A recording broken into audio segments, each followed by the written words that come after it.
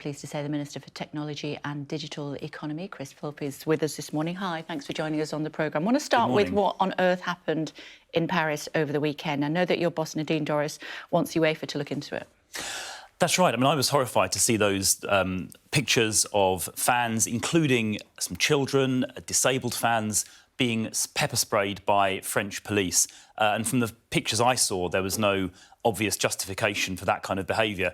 So Nadine, I think, is quite right to call for UEFA to urgently investigate exactly what happened there, because we don't want to see football fans, least of all children and disabled fans, being pepper sprayed by police in the way that we saw.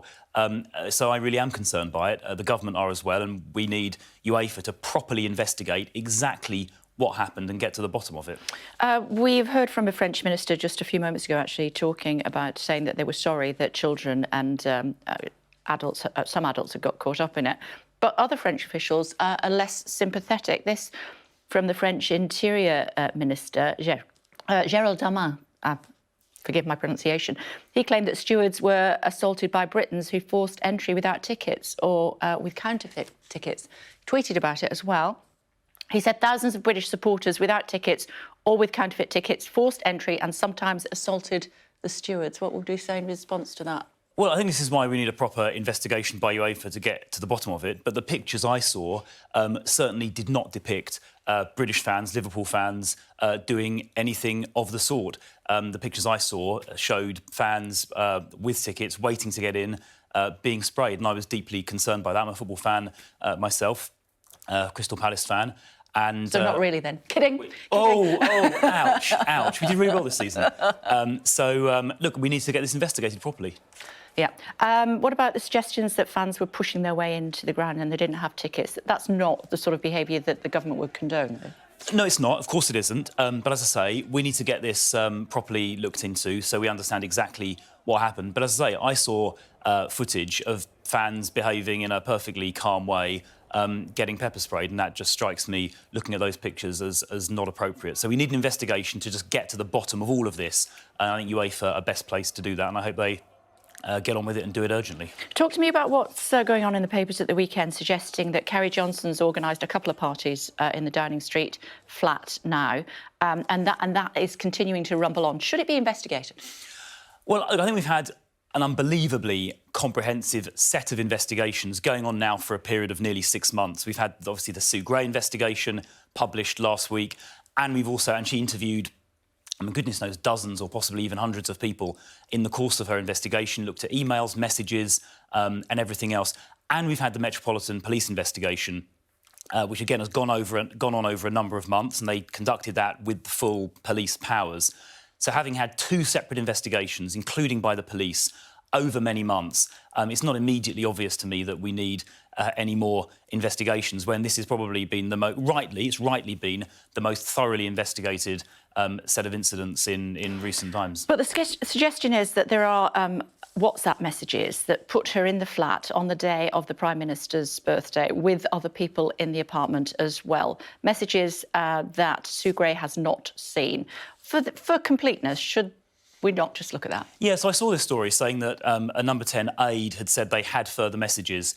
But I also saw the commentary that obviously Sue Gray had approached, and the Metropolitan Police had approached everybody, I think including this aide, over the last few months, inviting them to hand over whatever evidence they have. They didn't want to do that, though, did they? They didn't want to submit it. They wanted to show it to her, but not submit it. They were anxious about it coming back to them. Yeah, and the thing I read in the paper, and I'm simply going on what I saw in the paper, I've got no sort of special knowledge of this, suggested that offer, that was made available, the opportunity of showing the message rather than giving a copy, but it wasn't followed up. I'm simply going on what I saw in the paper. As I say, I've got no inside knowledge of this.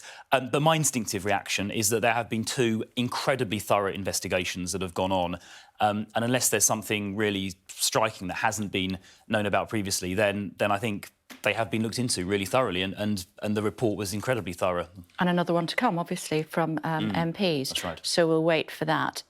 Talk to me about the Ministerial Code. It looks as though the PM's rewritten the foreword to the Ministerial Code, removing all reference to honesty, integrity, transparency and accountability. Why has he done that? Well, I mean, the Nolan principles that you're referring to, I think, run through all of public life.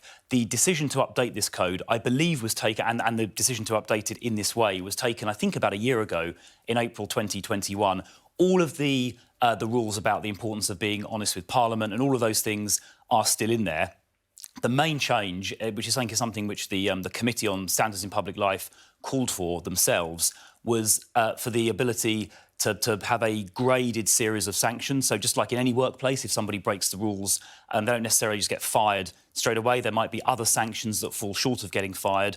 And I think the rewrite simply confirms that relatively common sense principle. But why would the Prime Minister take out those references in his own forward that he only wrote, I think, in 2019, taking out bullying, harassment, honesty, integrity, transparency and accountability?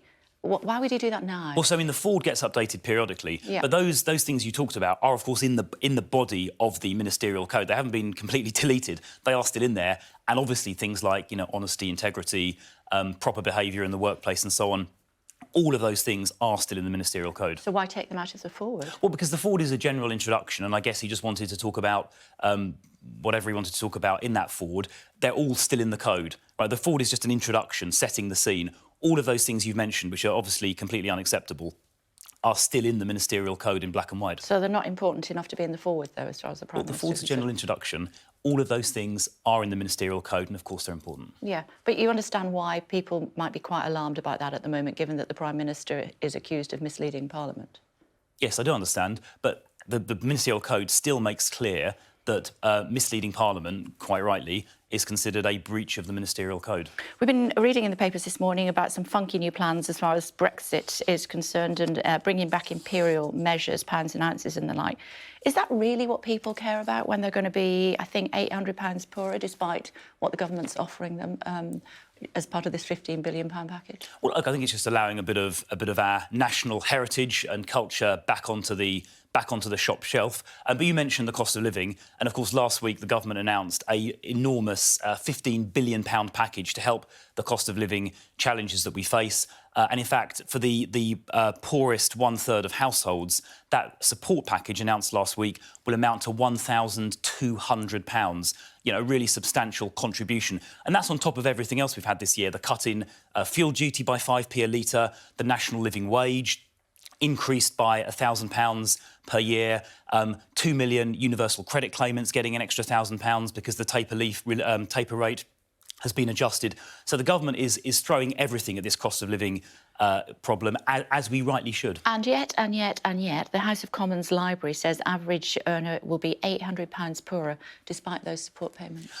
Well, I mean, I think as the Chancellor said last week, this is a global cost of living challenge. It's not happening not just in the UK, it's happening in America, in France, Germany, across the Western world, caused by a whole number of things. The bounce back from COVID, supply chain problems in China where they're still having lockdowns, the Russia-Ukraine crisis, a whole number of issues are feeding this across the Western world. And what we're doing in the UK is everything possible to try and ameliorate and soften the blow that these cost of living challenges are posing. What we unveiled last week was far more than the Labour Party had proposed. The package this year so far amounts to £37 billion. Hundreds and hundreds but people of are still pounds going to be worse off than for each 800 household. quid. And for the poorer households, it's well over £1,000. Yeah. OK, it's time to celebrate, isn't it, this weekend? And we're all going to Jubilee parties. I think you're going to one. A garden party in Kenley, which is in my Croydon constituency. Apparently, if you've not appealed for a licence to the council, then it's too late. And you can't have a street party. Johnny Mercer, one of your colleagues, has tweeted saying these street parties should be allowed to go ahead. We should not let killjoys spoil the Jubilee. What do you think? Look, well, I would just I could fully sympathise with the problems you just described. I think it's fantastic we're celebrating the Queen's Jubilee. And I would just say to local councils, around the country, including my own in Croydon, if you do get a late application and maybe the deadline has technically passed, I would just say to councils, just show a little bit of flexibility.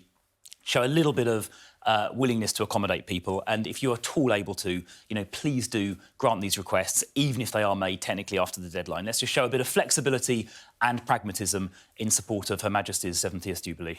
There we go. Lend on and up. Thank you very much indeed for joining us. It's great to see you. Thanks a lot.